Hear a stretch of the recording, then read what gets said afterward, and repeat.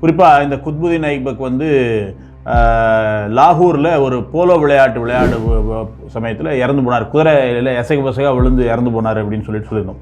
ஆனால் உண்மையிலே நடந்தது என்ன, அதனுடைய அந்த இறப்பதற்கான காரணம் என்ன, அதற்கு யார் வந்து அவரை கொன்றவர் அப்படிங்கிறத பற்றி நாம் பார்க்கும்போது மிகப்பெரிய ஆச்சரியமும் அதிசயமும் ஏற்படுகிறது.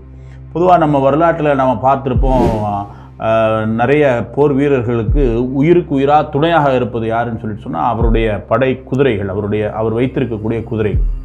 நமக்கு நல்லா தெரியும், ராஜா தேசிங்கனுடைய குதிரை நீலவேணி அவரை உயிரோடு உயிராக கலந்தது. அதே போல் மேவாரனுடைய அரசனாக இருந்த ராணா பிரதாப் சிங்கனும் அவருடைய குதிரை சேத்தக், அதை நம்ம கேள்விப்பட்டோம்.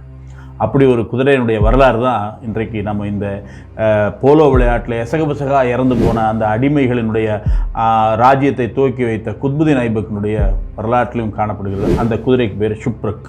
ரெண்டாவது டெரைன் போரில் தான் பிருத்திவிராஜ் சௌஹானுக்கும் கோரி முகமதுக்கு சண்டை நடக்குது. பிருத்திவிராஜ் சௌஹான் பிடிபடுறார், அதற்கு பிறகு அவர் கொல்லப்படுகிறார். அந்த சமயத்தில் அந்த படையில் இருந்த பல ஹிந்து வீரர்கள், பல தலைவர்கள், பல ராஜபுத்திர வீரர்கள், அவரில் ஒருத்தர் தான் வந்து சமர் சிங் என்று சொல்லக்கூடிய ஒரு அரசன்.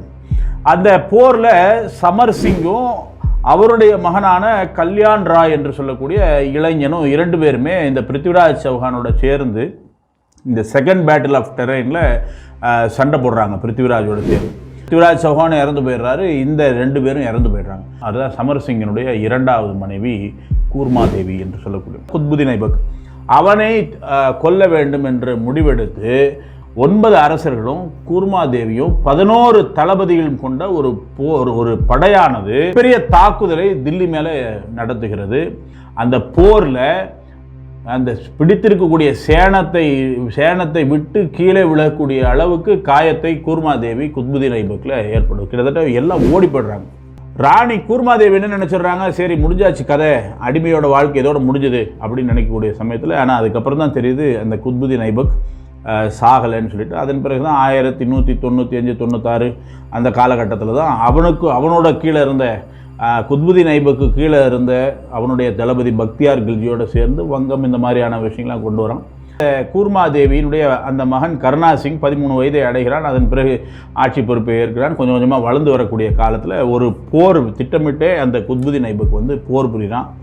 அந்த கருணா சிங்கை தோற்கடித்து அவனையும் தூக்கி கொண்டு அவனுக்கு உறுதுணையாக இருக்கக்கூடிய குதிரை ஷுப்ரக், அந்த ஷுப்ரக்கையும் பிடிச்சிட்டு லாகூருக்கு போயிடுறான். லாகூருக்கு போய் இந்த குதிரை அவன் குத்புதீன் ஐபக் பழகி கொண்டிருக்கான்.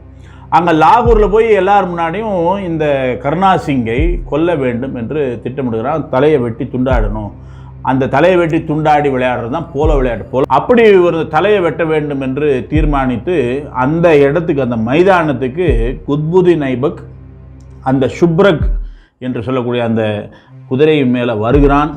அந்த தலையை மூடி வச்சிருக்கிறாங்க அந்த கருணா சிங்குக்கு. அந்த தலையில் இருக்கக்கூடிய அந்த முகமூடியை கலட்டின உடனே அந்த குதிரையை பார்க்கிறது. தன்னுடைய எஜமானன், தன்னுடைய அன்புக்குரியவன், தன்னுடைய மன்னன் கருணா சிங்காக இருக்கிறான். அந்த குதிரையினுடைய கண்களில் அப்படியே ஒரு கலக்கம், தண்ணீர் வருகிறது.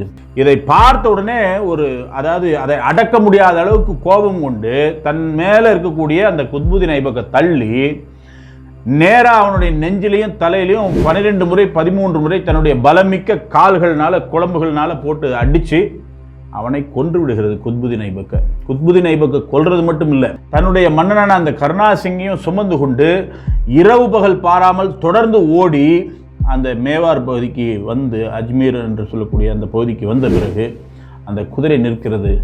நின்ற வினாடி இந்த குதிரையிலேருந்து இறங்கிய கருணா சிங் குதிரையை பாராட்ட வேண்டும் என்று நினைக்கிறான். அந்த குதிரை அப்படியே கீழே விழுந்து தன் உயிரை இழந்து விடுகிறது. தொடர்ந்து ஓடியதுனால தன்னுடைய எஜமானனை, தன்னுடைய அன்புக்குரியவனை காப்பாற்ற வேண்டும் என்பதற்காக அந்த ஷுப்ரக் என்று சொல்லக்கூடிய அந்த குதிரை தொடர் ஓட்டத்தினால தன்னுடைய மூச்சை நிறுத்தி விடுகிறது.